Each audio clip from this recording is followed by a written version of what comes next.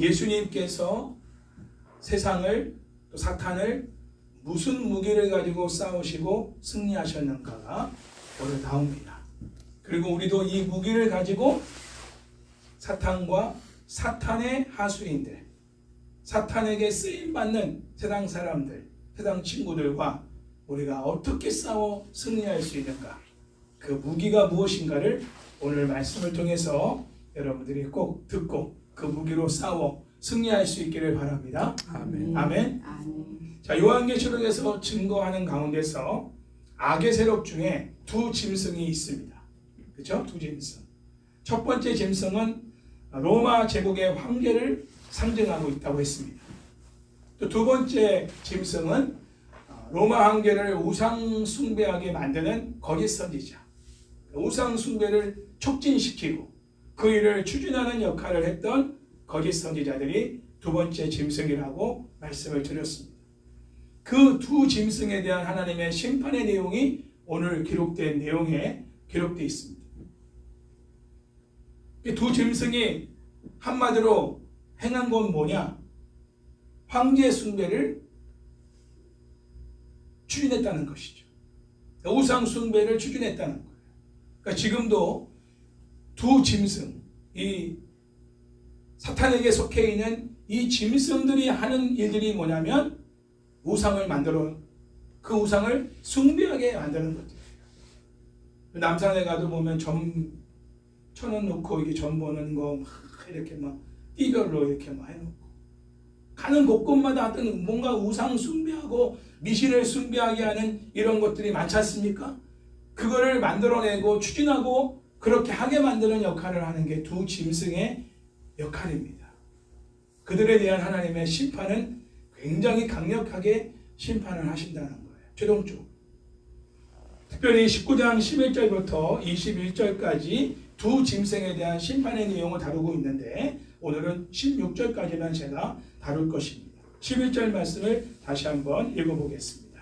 예수님의 모습을 볼 수 있죠. 시작. 또 내가 하늘이 열린 것을 보니 보라, 백마와 그것을 탄 자가 있으니 그 이름은 충신과 진실이라. 그가 공의로 심판하며 싸우리라. 아멘.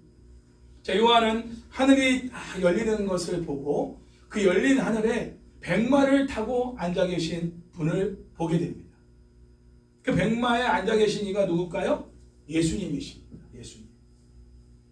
예수님이 백마 위에 앉아 있는 모습으로 나타난 것은 악의 세력을 심판하는 예수님의 통치를 상징적으로 보여주고 있다.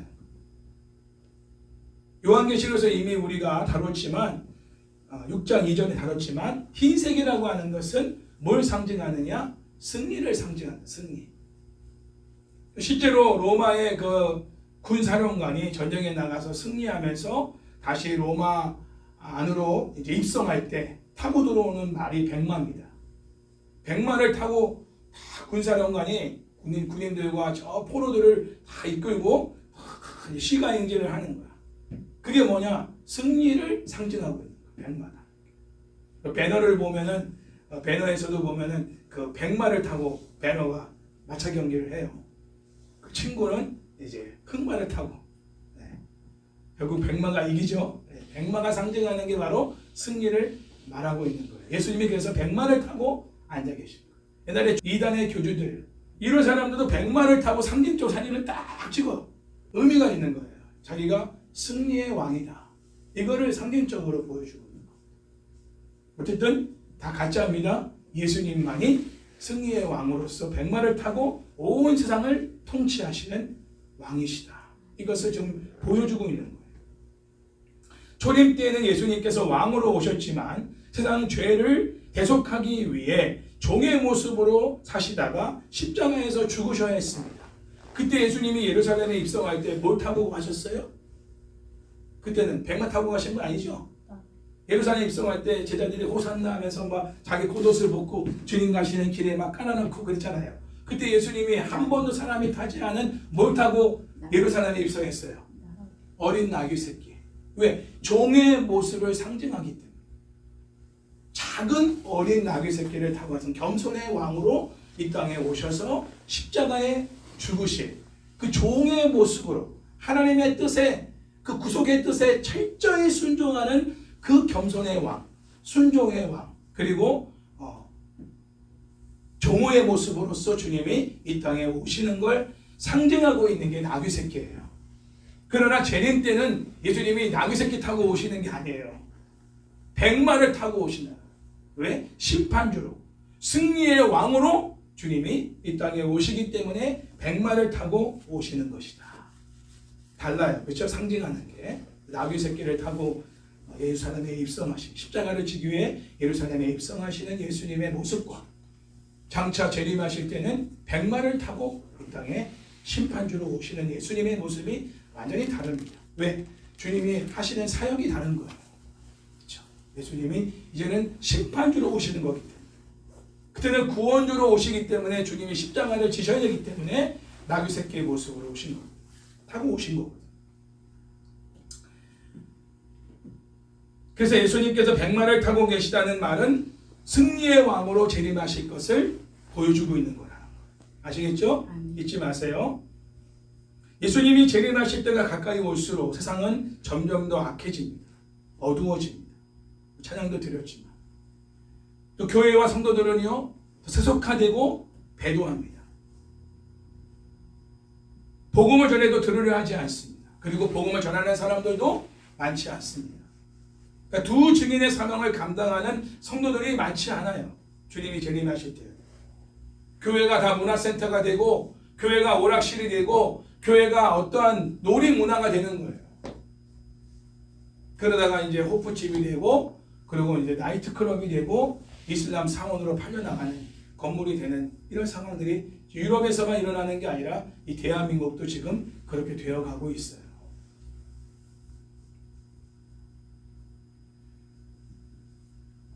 그러나 분명한 것은 불법과 불의가 판을 치는 이 세상에 예수님이 심판주로 이 땅에 오신다는 겁니다. 그리고 심판하신다는 겁니다. 이 분명한 진리예요. 세상이 어떻게 돌아가든 간에 성도들이 배도하고 세속화되어 가는 가운데 불의와 불법이 상식이 되어지는 이러한 시대를 살아가는 가운데 있다 할지라도 우리는 변질되면 안 되는 이유가 주님의 심판주로 이 땅에 오실 것이기 때문에. 그래서 우리는 더 이런 시대일수록 깨어 기도하며 우리 자신을 지켜야 된다는 것. 우리의 믿음을 흔드는 것들이 많아질 겁니다. 세상과 타협하게 하는 많은 요소들이 생길 것입니다. 또 주변에 있는 성도들이 예수님을 배신하고 교회를 떠나는 사람들이 많아질 것입니다. 우리의 마음도 흔들릴 수 있죠. 그러나 우리는 끝까지 하나님만을 예배하고 승리의 왕 되신 예수님만을 따르는 자로 살아야 할 것입니다. 백마 위에 앉으신 예수님은 충신과 진실이라는 이름을 가지고 계십니다. 실제로 예수님은 공생의 모든 기간 중에 하나님 앞에 신실하셨습니다. 그리고 예수님이 하신 모든 말씀은 진실하신 말씀이었습니다. 요한계시록 21장 5절과 22장 6절에서 예수님께서 주신 말씀이 신실하고 참되다, 곧 진실하다라고 언급하고 있습니다. 예수님과 예수님이 주시는 말씀이 신실하고 진실함으로 교회 공동체인 우리도 신실함과 진실함을 따라야 합니다. 아멘. 세상은 거짓되고 그리고 신의를 저버리는, 얼마든지 관계를 깨버리고 이익을 위해, 신의를 위해 신의를 깨버리는 이러한 일들이 수없이 많이 일어나겠지만 우리는 이익과 신의를 위해 신의를 저버리는 사람이 되서는 안 돼요. 하나님과의 신은, 사랑과의 신의를 우리는 저버리는 사람이 되서는 안 돼요. 왜? 예수님이 신실과 진실이시기 때문에. 우리도 그 신실과 진실을 따라 살아가야 되는, 그게 예수님의 제자예요. 신실한 사람을 보기가 어려워. 이 신실이라는 말은 충성이라는 말과 똑같은 말이에요. 믿음이라는 말, 피스토스, 이 충성, 믿음, 신실 똑같은 말이에요. 충성되다, 이 말은 변함이 없다는 거예요.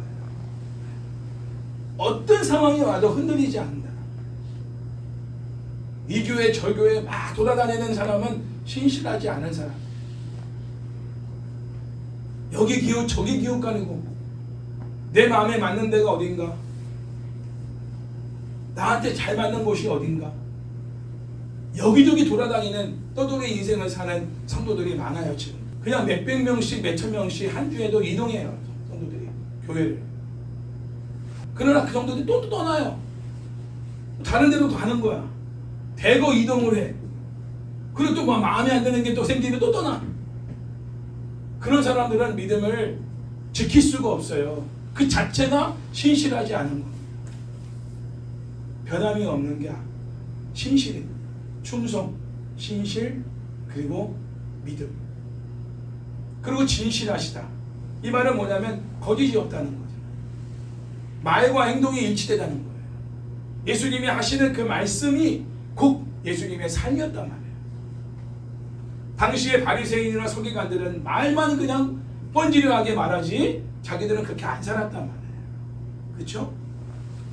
남들을 막 율법으로 막 강요해가지고 막 쥐어짜가지고 하나님의 백성들을 괴롭게 하는 일을 당시 유대 지도자들이 했잖아요.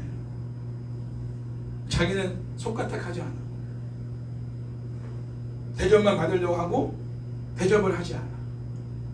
인사만 받으려고 그러고 인사를 하지 않아. 예수님이 그거 다 말씀하셨잖아요.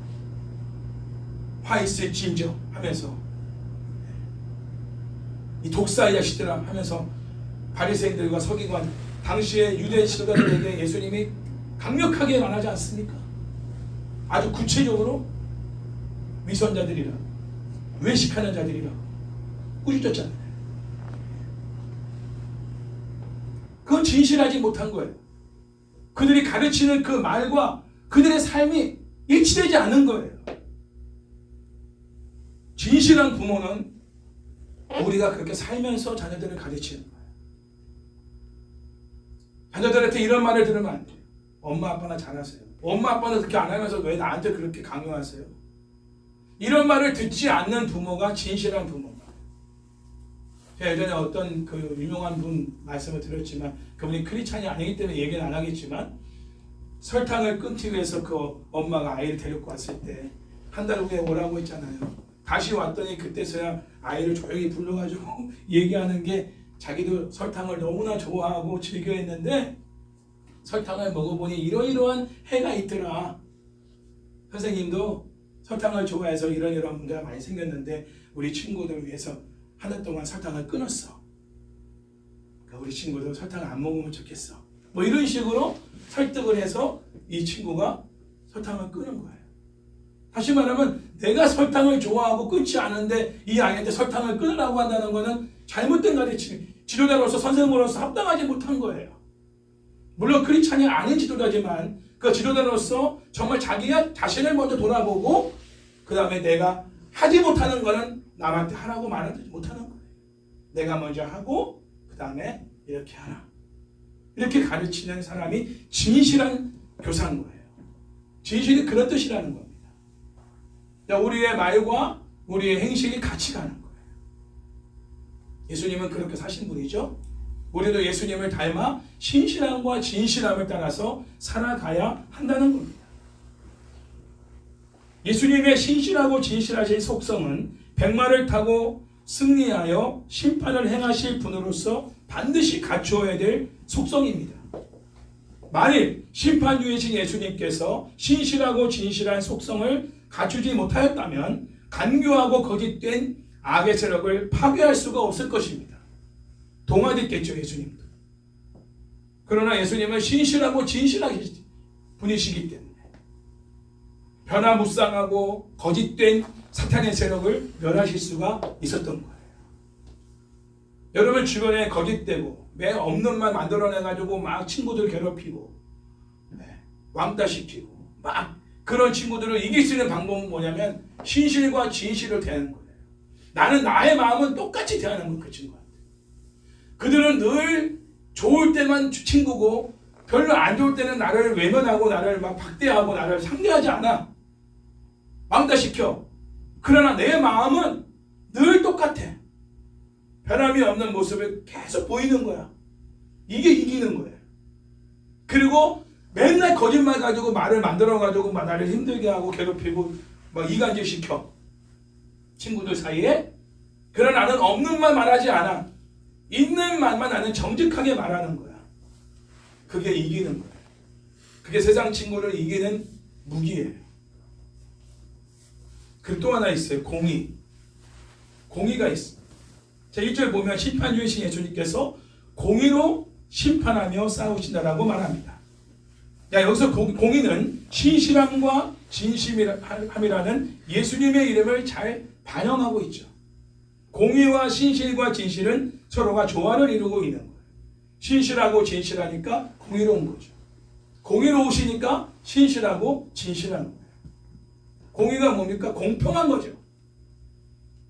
잘해준다고 잘해주고 못해준다고 못해주는 게 아니에요. 공평하게 되는 거예요. 친구들 사이에서도 공평하게 돼. 얘한테 떡 하나 주면 얘한테도 떡 하나 주는 거예요. 잘해주는 애한테는 더 잘해주고 못해주는 애한테는 같이 못해주는 게 아니야. 똑같이. 부모님도 마치 자녀들을 키울 때도 자녀들 똑같이 대하는 거예요. 간식도 똑같이 배분하고 물론 미운 자식 떡 하나 더 준다는 옛말도 있지만 공평하게. 그래서 싸우지 않게. 공평하게 돼요. 차별이 없다는 거예요. 차별. 세상에서는 그거 볼 수가 없죠. 그렇죠? 세상에 많은 사람들은요 차별을 둡니다. 친구들끼리 차별도요. 얘는 뭐 베스트 프렌드, 얘는 뭐 별로, 얘는 그냥 친구, 얘는 진짜 친구. 거기에 맞게끔 상대를 하죠. 그러나 우리 예수님을 따르는 우리들은 똑같이 태어나. 더 잘 대해주는 친구도 없고 덜 대해주는 친구도 없고 똑같이 그 친구 대해줘. 생일 선물을 이 친구를 챙겨줬으면 이 친구도 챙겨주는 거야. 얘는 해주는 게 없어 나한테. 맨날 이용해 먹어. 맨날 이용해 먹는 친구야. 얘 생일 선물을 나는 10번 했는데 이 친구는 한 번도 나한테 한 적이 없어. 하고 싶겠어요? 나도 안 해, 씨. 저런 애 다 있어. 너무 친구 안 해, 임마. 다 끊어버릴 수 있어요. 그런데 그 친구는 생일 선물을 해도 10,000원짜리 하고 나는 50,000원짜리를 해 맨날. 손해보는 인생이죠. 그러나 이 친구한테 한 만큼 이 친구한테도 하는 거야 내가. 쉽지 않아요. 어려운 거예요. 예수님을 우리가 믿고 따라가는 사람이기 때문에 가능한 거예요. 예수님은 그렇게 하셨단 말이에요. 죄인의 친구가 되셨다 예수님. 당시에 그 유대인들이 막 정말 죄인 취급하고 홀대했던 사람들 예수님이 같이 식사하고 같이 교제했단 말이에요. 차별을 두지 않았어요. 그렇죠? 예수님은 가난한 자나 부유한 자나 배운 사람이나 못 배운 사람이나 남녀노소 불문하고 똑같이 대하셨어요. 오히려 아이들을 문전박대하고 예수님이 앞에 오는 것을 막 제자들이 막으니까 아이들이 내게 오는 것을 막지 마라. 천국은 이런 자의 것이다. 예수님이 그 아이를 딱 안고 이 아이를 축복해 주는 거예요. 예수님은 어린아이를 사람으로 취급하지 않았던 그 당시 상황에서 어린아이를 귀하게 여겼단 말이에요. 어느 누구도 차별하지 않았던 분이 예수님.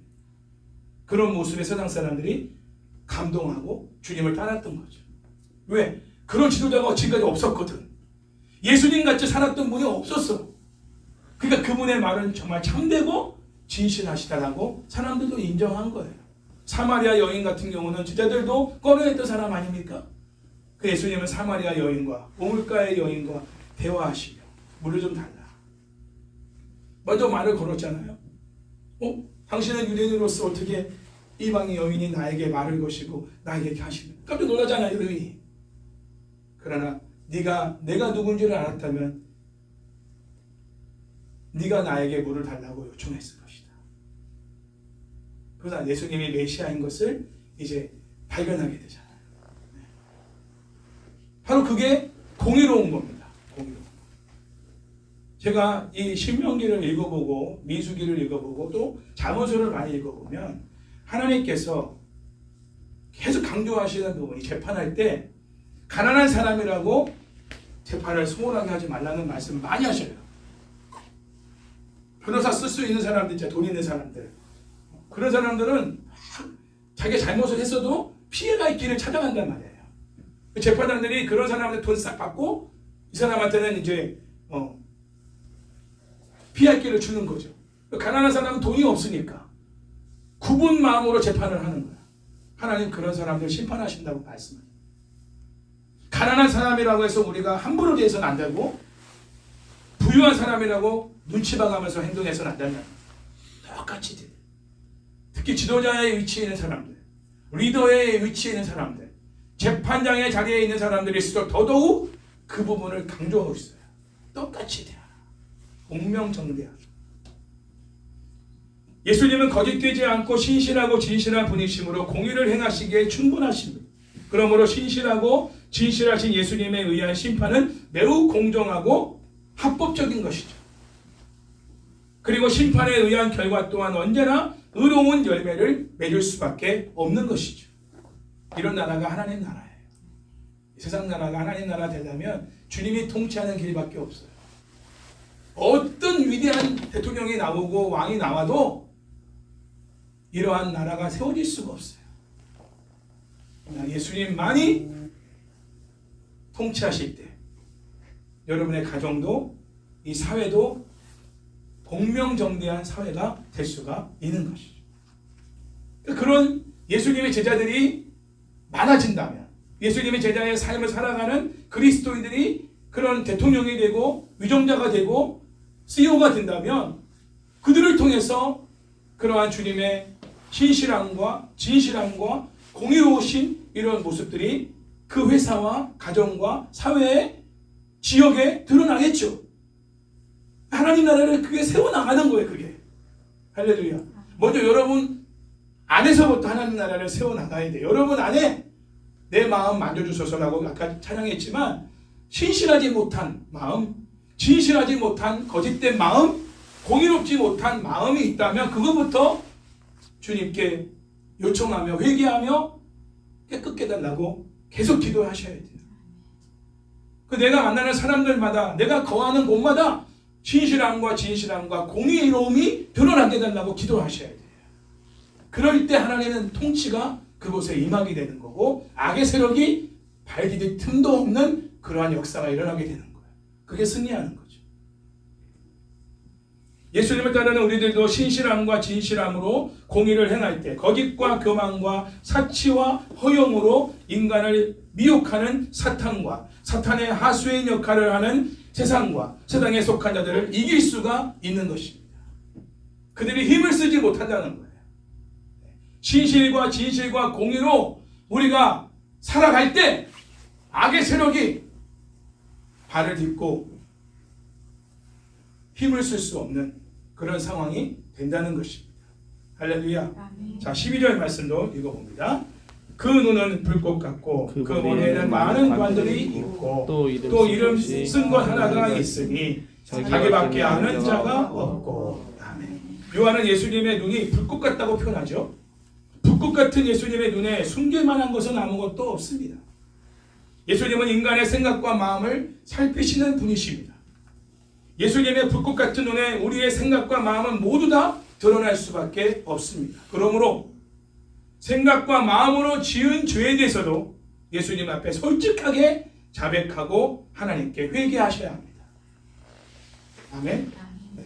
생각과 마음이라도 드러나지 않으니까 모르겠지, 아무도 모르겠지 그러고서 그냥 묻어버리면 안 돼요. 생각으로나 마음으로 품었던 죄까지도 주님은 다 보고 계셔요. 여러분의 기도가 응답이 안 되는 이유 중에 하나가 그 부분일 수 있어요. 겉으로는 죄를 짓지 않는 것처럼 보이지만, 겉으로는 의로운 것처럼 보이지만 생각과 마음으로 짓는 죄 때문에 하나님의 임재가 떠날 수도 있어요. 하나님께 아무리 기도해도 하나님이 일하시지 않는 걸 볼 수도 있어요. 그러므로 생각과 마음으로 지은 죄까지도 북극 같은 눈으로 보시는 그 주님을 의식하며 하나님 앞에 자백하고 회개하는 여러분들이 더 정말 신실한, 정말 하나님을 두려워할 줄 아는 그러한 믿음의 사람이라고 볼 수가 있습니다. 그런 삶을 살아야 외식하지 않을 수 있어요. 그런 삶을 살아야 위선자가 되지 않을 수 있어요. 그런 삶을 살아야 종교인이 되지 않고 진정한 그리스도인이 될 수 있는 거예요. 생각과 마음까지도 우리가 하나님 앞에 정결함으로 회개하고 나갈 수 있는 그러한 사람들이 정말 하나님과 가까이에서 교제하는 사람들이에요. 우리 거울을 가까이에서 보면 정말 안 보이던 티까지 보이지 않습니까? 멀리서 보면 안 보이지만 우리 하나님과 가까이 갈수록 정말 이제는 이 마음에 숨겨진 죄까지 다 보여요. 여러분 성경을 날마다 읽어보세요.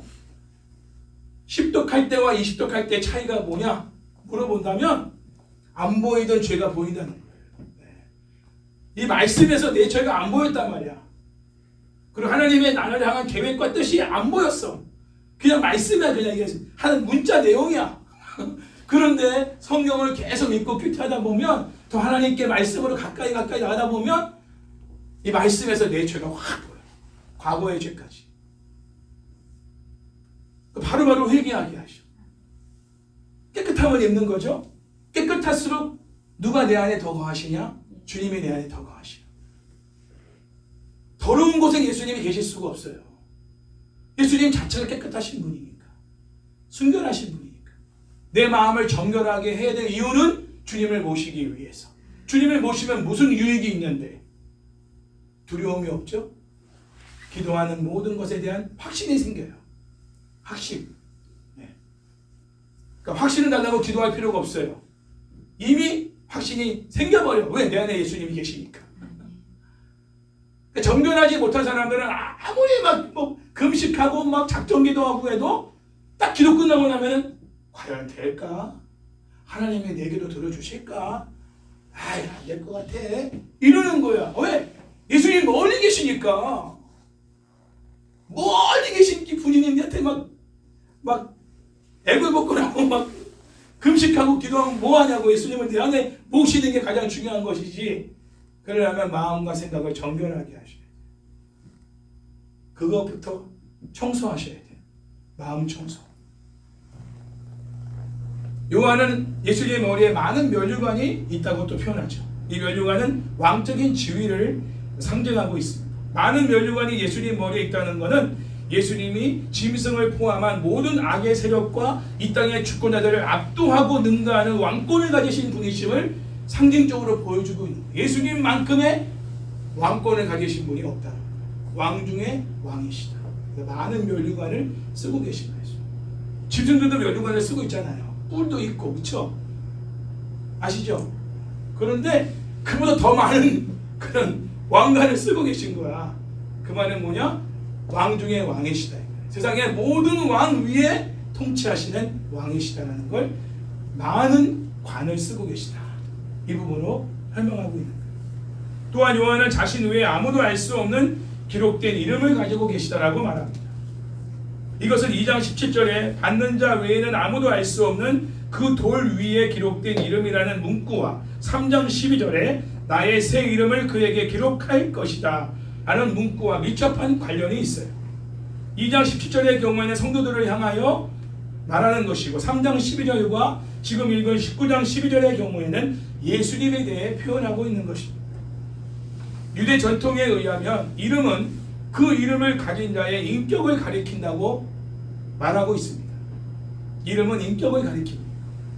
그리고 그러한 인격을 나타내주는 그 이름이 누구에게도 알려질 수 없다는 것은 예수님의 인격이 누구에게도 알려질 수 없다는 의미예요.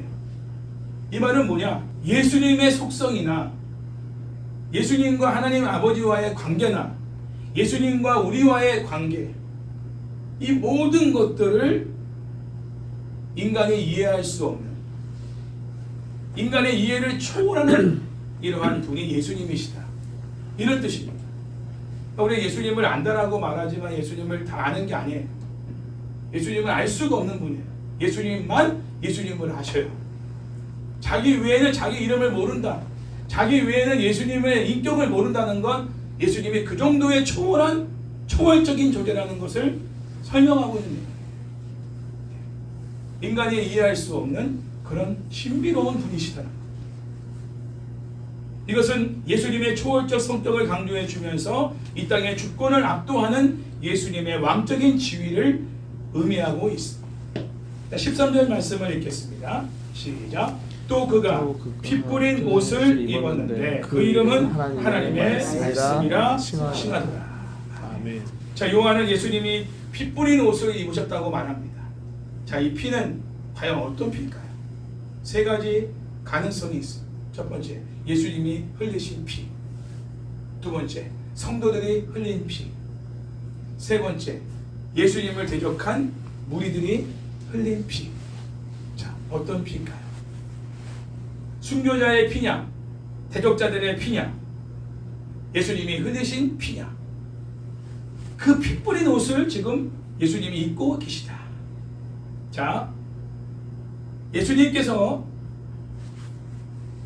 이 피를 과연 어떤 의미로 우리가 알 수 있는가는 구약적 배경으로 이사야 63장 1절과 3절 말씀을 우리가 알아야 됩니다. 자, 이 말씀을 읽어드릴게요.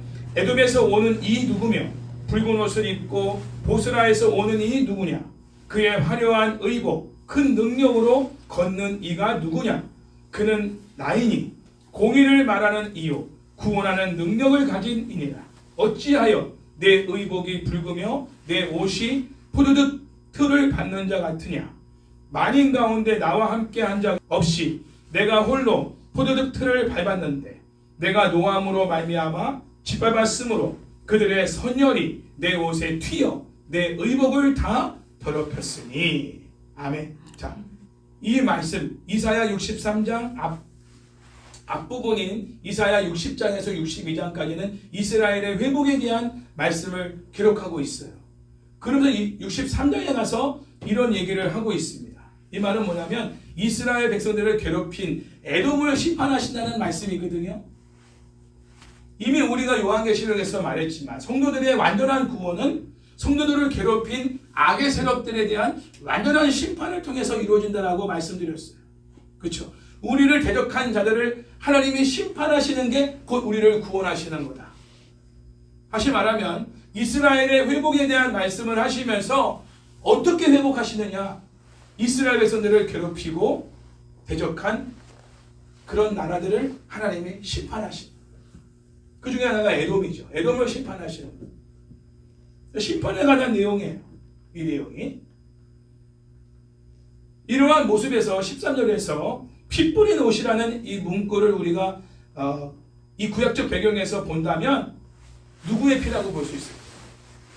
예수님을 대적한 무리들의 피가 튄 거예요. 예수님이 심판하신. 그래서 온 예수님의 그 옷에 그 대적자들의 피가 다 선열이 묻어 있는 거예요. 그러니까 어느 한 부분만 묻어 있는 게 아니라 적셔버린 거예요. 예수님 온 몸을 옷을 선열로 적셔버린. 이 말은 뭐냐면 완벽한 심판을 행하셨다는 거예요. 예수님께서.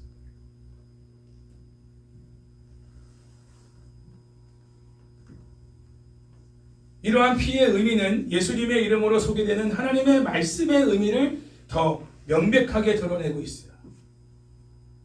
자, 왜 또 그가 피 뿌린 옷을 입었는데 그 이름은 하나님의 말씀이라 칭하더라. 왜 갑자기 그 이름은 하나님의 말씀이라 칭하더라라고 이 부분을 기록하고 있느냐. 대적자들을 심판하시는데 사용하시는 무기가 뭐냐? 하나님의 말씀이라는 말씀. 말씀으로 치신다. 이 말씀이라는 로고스는 요한복음 1장 1절에서 말씀이 육신이 되어 이 땅에 오신다는 그 말씀 로고스와 똑같은 단어를 쓰고 있어요.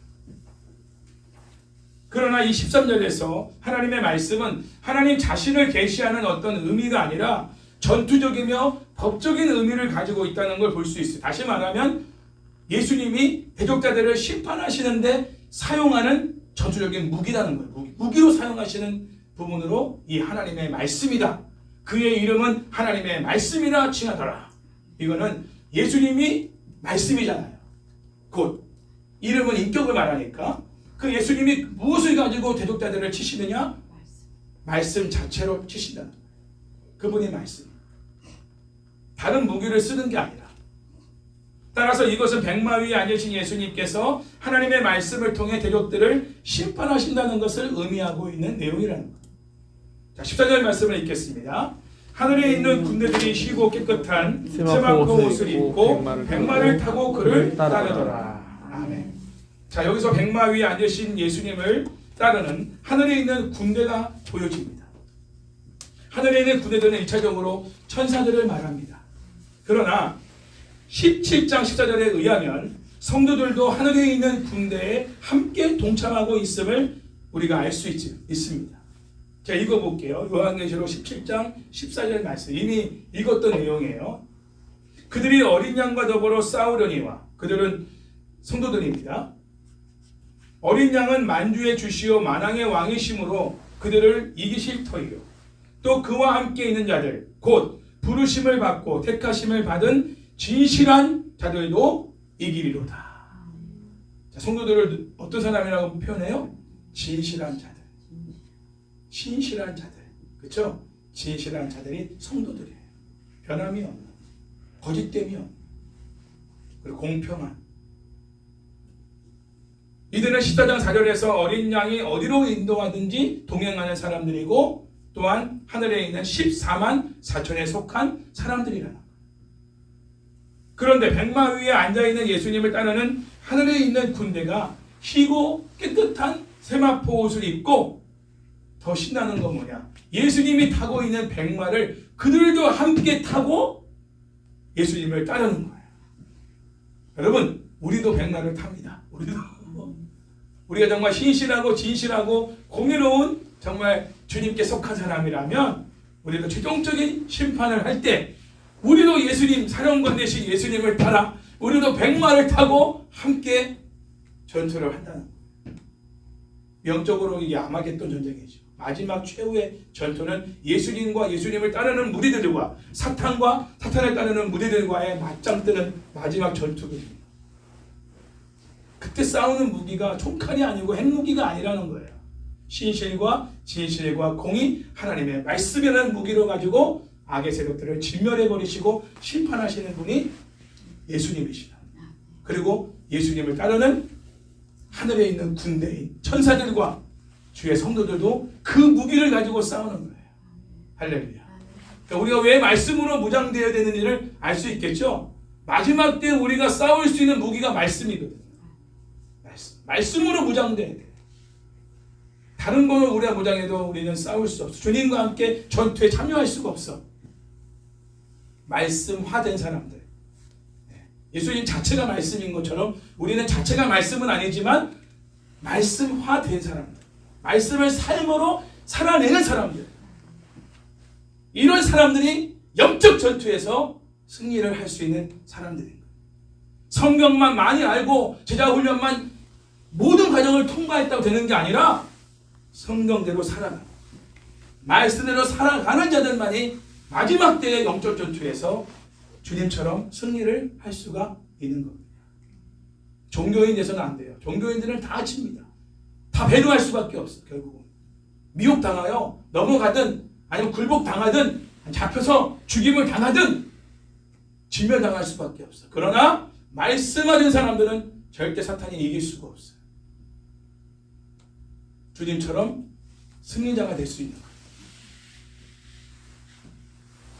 여기서 희고 깨끗한 세마포 옷은 신랑 되신 예수님께서 신부된 교회들에게 선물로 주시는 예복이라고 저번 주에 말씀을 드렸죠. 그 예복을 입고 싸우는 거야. 백마 타고 흰 세마포 옷을, 깨끗한 옷을 입고, 야, 상상만 해도 얼마나 멋있습니까? 주님하고 똑같아. 누가 주님인지 잘 몰라. 우리도 백마 타고 우리도 깨끗하게 예수님이 입고 계신 옷을 입고, 물론 예수님의 모든 그 옷에는 피가 튀어 있죠. 네, 적들을 다 쳐버리시니까 그 피가 막 튀는 거예요. 그렇죠? 우리도 같이 그렇게 주님과 백마 타고 함께 싸우는 이 모습이 지금 이 14절 말씀에 나와 있는 거예요. 주님을 따르더라. 자, 15절 말씀이 있습니다. 그의 입에서 예리한 검이 나오니 그것으로 만국을 치겠고 친히 그들을 철장으로 다스리며 또 친히 하나님 곧 전능하신 이의 맹렬한 진노의 포도주 틀을 밟겠고. 아멘. 자, 예수님의 입에서 뭐가 나와요? 예리한 검이 나온다는, 예리한 검. 그 예리한 검으로 만국을 치시겠다는 거예요. 예리한 검이 뭐예요? 하나님 말씀. 근데 예리하다는 말이 여러분 중요한 거예요. 예리하다. 칼날이 아주 예리해. 스치기만 해도 그냥 베어버린다. 자, 예리한 검이라는 이 표현은 뭘 말하느냐? 하나님의 말씀을 효과적으로 적용한다는 거예요. 자, 예수님은 성경책을 펴고서 말씀을 가르친 게 아니잖아요. 길을 가시다가도 제자들에게 산상수훈을 가르치시고 예수님 자체가 말씀이니까. 자, 하늘에 있는 공중의 새를 봐라. 저 들에 있는 백합화를 봐라.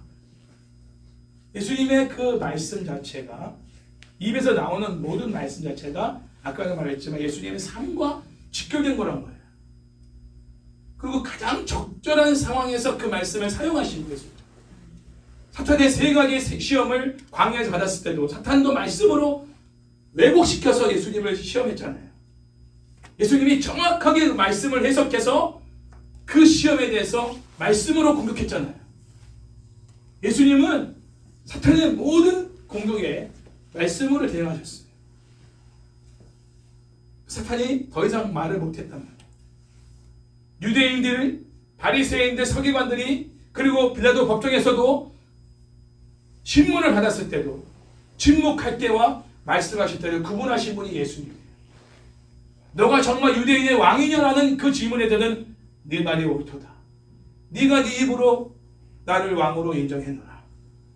그럴 때는 입을 열어서 진리로 선포하셨어요. 그러나 정말 예수님을 뭔가 이렇게 시험하고 뭔가 넘어지게 하고 책잡으려고 하는 그런 어떤 유도성이 있는 질문들과 그런 말에는 주님이 대꾸를 안 하셨다. 그렇죠? 맞죠? 그것도 진실하신 거예요. 말 대꾸할 필요도 없는 말에는 예수님이 묵비권을 행사하셨다는 거예요. 그러나 분명하게 전해야 될 말은 그 상황에 맞게 딱 그 말씀을 전함으로 할 말이 없게 한 거예요. 현장에서 가나안에 잡힌 여인이 왔을 때 예수님이 다 돌을 두고 치려고 하는 그 무리들 앞에서 예수님이 다 글을 썼잖아요. 그래서 한마디 다 하셨죠. 너희들 중에 죄가 없는 자가 먼저 치라. 그러니까 다들 돌을 내려놓고 갔어요. 이게 예수님이에요. 이게 예리한 검인 거예요. 그 상황에 가장 합당한 말을 딱 던짐으로 할 말을 잊어버려. 사탄이 뭔가 일을 하려고 하는데 그 일을 못하게 막아버리는. 야, 우리가 이 정도로 예리한 검을 사용할 수 있어야 된다.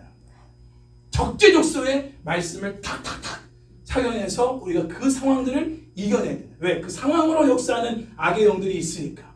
그 상황에 맞는 말씀으로 대처해 나가는 거예요.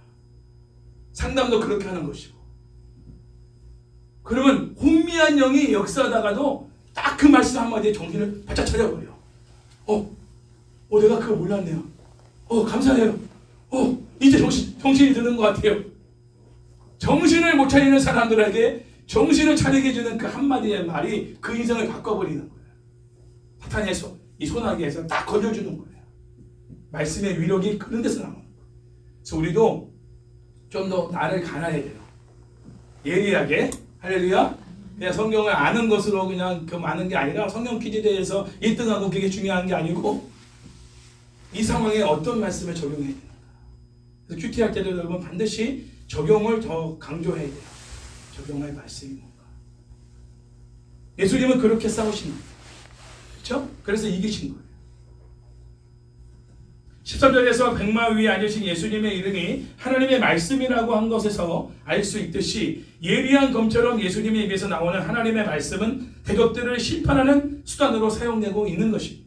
또한 칼날이 예리하다는 것은 아까도 말했지만 하나님 말씀이 매우 효과적으로 사용되고 있음을 의미하는 것이죠. 칼날이 예리할 때 칼의 효과는 극대화되는 것이거든요. 무딘 칼 가지고 아무리 쓸어봐요. 칼의 효과가 나타나지 않아요. 칼을 정말 칼처럼 제대로 쓰려면 예리하게 갈아서 써야 된다.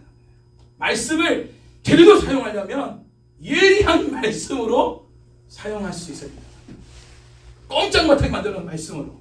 이단들이 아무리 우리한테 거짓말하도 한마디 딱 전하면 끝나는 거야. 나는 예수님 만났다. 내 인생이 예수님을 통해 이렇게 변화되었다. 딱 한마디 하니까요 그냥 가는 거야. 안녕히 계세요 가는 거야. 더 이상 무슨 말이 필요해. 예수님 만났다는데. 걔네들은 예수님을 하나님으로 인정하지 않아요. 삼위일체를 인정하지 않아요. 예수님을 하나님으로 인정하지 않는 집단이야. 나는 근데 예수님을 만났거든. 내 인생을 손으리치 예수님이 바꿨거든. 자, 내 간증함 들어볼래? 아니요, 괜찮습니다. 안녕히 계세요. 가는 거예요. 그런 메시지들이 우리에게 있어야 된다.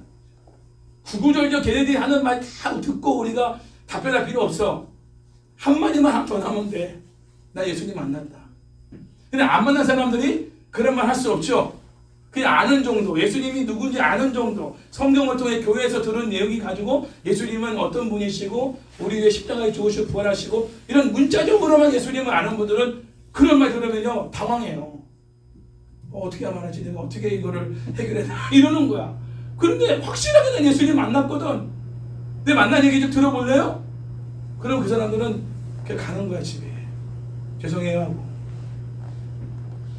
자, 하나님의 말씀과 심판의 관계는 히브리서 4장 12절과 14절에서 잘 나타나고 있습니다. 자, 잘 들어보세요. 자, 아는 말씀입니다. 하나님의 말씀은 살아있고, 할렐루야. 하나님의 말씀은 살아있고 활력이 있어 좌우의 날선 어떤 검보다도 예리하며 혼과 영과 및 관절과 고수를 찔러 쪼개기까지 하며 또 마음의 생각과 뜻을 판단하나니 지으신 것이 하나도 그 앞에 나타나지 않음이 없고, 말씀 앞에 우리의 결산을 받으실 이의 눈앞에 반드시 만물이 벌거벗은 것 같이 드러나느니라. 아는 말씀이죠. 그렇죠? 하나님 말씀이 얼마나 좌우의 날선 것보다 더 예리하여 우리의 혼과 영과 관절과 골수를 찔러 쪼개버리는 이러한 강력한 하나님의 말씀, 예리한 말씀. 히브리서 말씀에서 하나님 말씀은 이렇게 비유되고 있습니다. 우리의 마음의 생각과 뜻까지 드러내고 판단하시는. 그 아까 말했잖아요. 말씀을 10번 읽고 20번 읽으면 차이가 뭐냐? 말씀이 네 죄를 다 드러내버려요. 내 마음의 생각까지, 지금 품고 있는 생각까지 어쩜 내 생각을 아시니까, 어쩜 내 마음을 지금 알고 계시지? 들켜버리는 거야. 여러분 설교 듣다가도 듣긴 적이 많이 있죠? 목사님이 알고 계시는 것 같아. 난 몰라요. 말씀이 가는 거예요. 비춰지는 거예요. MRA 찍듯이 쫙 찍어버리니까 다 드러나는 거야. 그냥 하나하나까지 다. 말씀이 그런 능력이 있는 거예요. 예수님의 불꽃 같은 눈에 인간의 마음과 생각이 다 드러나는 것 같이 하나님의 말씀 앞에도 만물이 다 드러나는 거예요. 심판의 날에 인간을 비롯한 만물이 벌거벗은 것 같이 드러나게 되어 심판의 자리에 서게 될 것이다. 하나님 말씀 앞에 다 서는 거예요. 또한 예수님이 그들 곧 만국을 철장으로 다스린다는 이러한 것은 앞서 예리한 검으로 만국을 치겠다는 표현을 반복적으로 설명하신 내용이에요. 철장으로 친다는 것도 말씀으로 친다는 것도 똑같은 표현입니다. 다른 게 아니에요.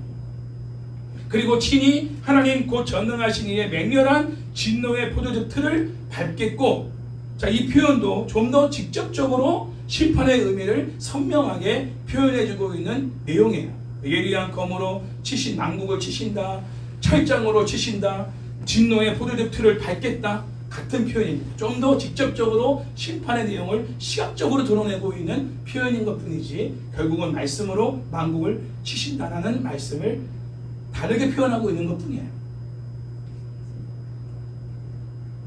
예수님의 입에서 나오는 예리한 검인 하나님 말씀으로 만국을 심판하시고 만국을 철장, 그 철의 막대기로 심판하신다는 표현을 전능하신 하나님께서 맹렬한 진노의 포도즙 틀을 밟는다는 말로 설명하고 있는 것입니다. 자, 여기서 포도즙 틀을 밟겠고라는 표현은 14장 19절과 20절에서 이미 심판의 이미지로 사용되고 있었습니다. 포도즙 틀에서 포도즙이 아니라 피가 나온다는 것을 통해 대적들이 하나님의 심판으로 피를 흘리고 있는 것을 알 수가 있는 것이죠. 또 19장 14절에서 이러한 심판으로 예수님의 흰 옷이 피로 흠뻑 젖은 모습을 연상케 하고 있습니다. 17장의 경우에는 포도주가 음녀 바벨론에 의한 핍박으로 성도들이 흘린 피를 의미하고 있지만 14장과 19장에서 포도주는 성도들을 핍박한 것에 하나님이 대응하여 상응하여 심판을 받을 대적들의 피에 대한 상징적인 이미지를 보여주고 있는 것이다. 17장은 성도들이 흘린 피, 14장과 19장은 성도들을 핍박한 악의 세력들의 하나님의 심판을 통해서 흘린 피, 그거를 표현하고 있다는 거예요. 백마 위에 앉으신 예수님은 전투적이며 법정적인 의미를 지니는 하나님의 말씀으로 대적들을 심판하실 것이며 결국 심판의 결과 두 짐승과 그 짐승을 따랐던 열방들이 흘린 피로 적셔진 옷을 입으실 것이다. 예수님은 우주적 심판을 행하실 권세를 가지시고 하나님 말씀으로 열방을 심판하시며 모든 심판의 사역에 있어서 완전함을 이루시는 하나님의 맹렬한 진노의 포도즙 틀을 밟으실 것입니다. 자, 마지막 16절 말씀 다 함께 있습니다. 시작. 그 옷과 그 나리의 이름을 쓴 것이 있으니 만왕의 왕이요 만주의 주라 하였다. 아멘.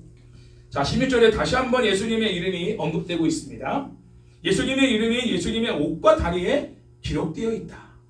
이렇게 표현합니다. 예수님께서 공생의 기간 동안에는 십자가의 죽음을 완수해야 했으므로 메시아로서 예수님의 신분을 숨기셔야만 했습니다. 예수님이 그 병든 사람들이나 또 이런 귀신 들린 사람들을 고치고는 말하지 말라고 하신 부분들이 많이 있잖아요. 그러니까 메시아의 사역을 행하시는 데 있어서 방해되는 것들은 말하지 않게 하시는 거예요. 예수님의 궁극적인 메시아 사역은 뭐예요? 십자가를 지시는 사역이잖아요. 자꾸 병든 사람을 고치고 귀신 들린 사람들을 자유케 하고 문제를 해결해 주니까 사람들이 예수님을 왕으로 막 모시려고 하는 거지. 오병이 어때는 더 심했죠. 진짜 왕으로 모시려고 막 쫓아다니는 거 예수님을. 예수님 도망가시잖아요. 가버려 그냥. 예수님은 이들의 왕이 되게 오신 게 아니에요. 십자가를 지러 오신 거예요. 이 구속사요. 그러니까 인기와 어떤 사람들의 인정에 예수님은 철저하게 매몰차게 끊어버리신 분이에요. 세례 요한도 그런 사람 중에 한 사람이죠. 자, 그러면 존경스러워요. 이 시대 목회자들이 사람들의 인기와 인정에 얼마나 많이 좌우지우지 됩니까? 세례 요한도 절대 굴하지 않았어요. 힘 있고 빽 있고 돈 있는 사람들이 막 세례 요한을 자기의 편으로 이끌려고 요즘같이 정치적으로 우리 당으로 오세요 막 영입하고 인재를 세례 요한은 그런 데 움직이지 않은 사람이에요. 예수님도 마찬가지. 오히려 하나님의 뜻에 철저히 순종하시고자 그런 부분을 멀리 하셨기 때문에 예수님은 자신을 메시아로서 발견하는 어떤 귀신 들린 사람도 또 귀신도 예수님을 하나님의 아들로 고백하니까 조용 안 하고 입 다물라고 안 하잖아요. 철저히 숨기셨어. 예수님이 이 땅에 초림 때 오실 때는. 그러나 예수님이 재림하실 때는 예수님의 신분을 더 이상 숨길 필요가 없잖아요. 오히려 심판주로서 예수님의 능력과 위엄을 만천하에 드러내는데 거리낌이 없으시다. 예수님의 옷과 그 다리에 기록된 이름은 바로 어떤 이름이냐? 따라서 볼게요. 만왕의 왕이요 만왕의 왕이요 만주의 주. 만주의 주. 만왕의 왕이요 만주의 주이신 예수님의 이름이 땅에 존재하는 모든 자들에게 드러나게 될 것이다. 오늘 읽은 본문에서 우리는 심판주로 이 땅에 다시 오실 예수님의 위엄 있는 모습을 보게 됩니다. 정리해 볼게요. 11절에서는 어떤 위엄 있는 모습이 보이느냐? 하늘문이 열렸어요. 백마 위에 앉아 계신 예수님의 모습을 봤어요. 또 신실하시고 진실하시며 공의로 심판하고 싸우시는 예수님의 모습을 요한을 통해 우리가 보았습니다. 12절에서는 불꽃 같은 눈을 가지신 예수님, 인간의 생각과 마음을 감찰하시는 분, 머리에는 많은 면류관을 가지신 왕 중의 왕, 자신 외에는 알 수 없는 이름을 가지신 예수님의 모습을 우리는 보게 되었습니다. 14절에서는 피로 적셔진 옷을 입으시고 그의 이름이 하나님의 말씀이신 예수님을 보았습니다. 15절에서는 예리한 검과 철 막대기로 나다들을 치시는 예수님의 강력한 심판주의 모습을 보았습니다. 16절에서는 옷과 다리에 만왕의 왕이시요 만주의 주라는 이름이 기록된 예수님의 모습을 보았습니다. 이 모습이 재림주로 이 땅에 오실, 심판주로 이 땅에 오실 예수님의 위엄 있는 모습입니다. 특별히 우리가 적용할 부분은 예수님께서 신실함과 진실함과 공의로 악의 세력과 싸워 승리하셨음을 기억해야 합니다. 예수님이 싸우신 무기가 뭐라고요? 신실함과 진실함과 공의로. 아까 다 구체적으로 말씀드렸죠? 우리도 그 무기를 사용하여 싸워야만 승리할 수 있습니다.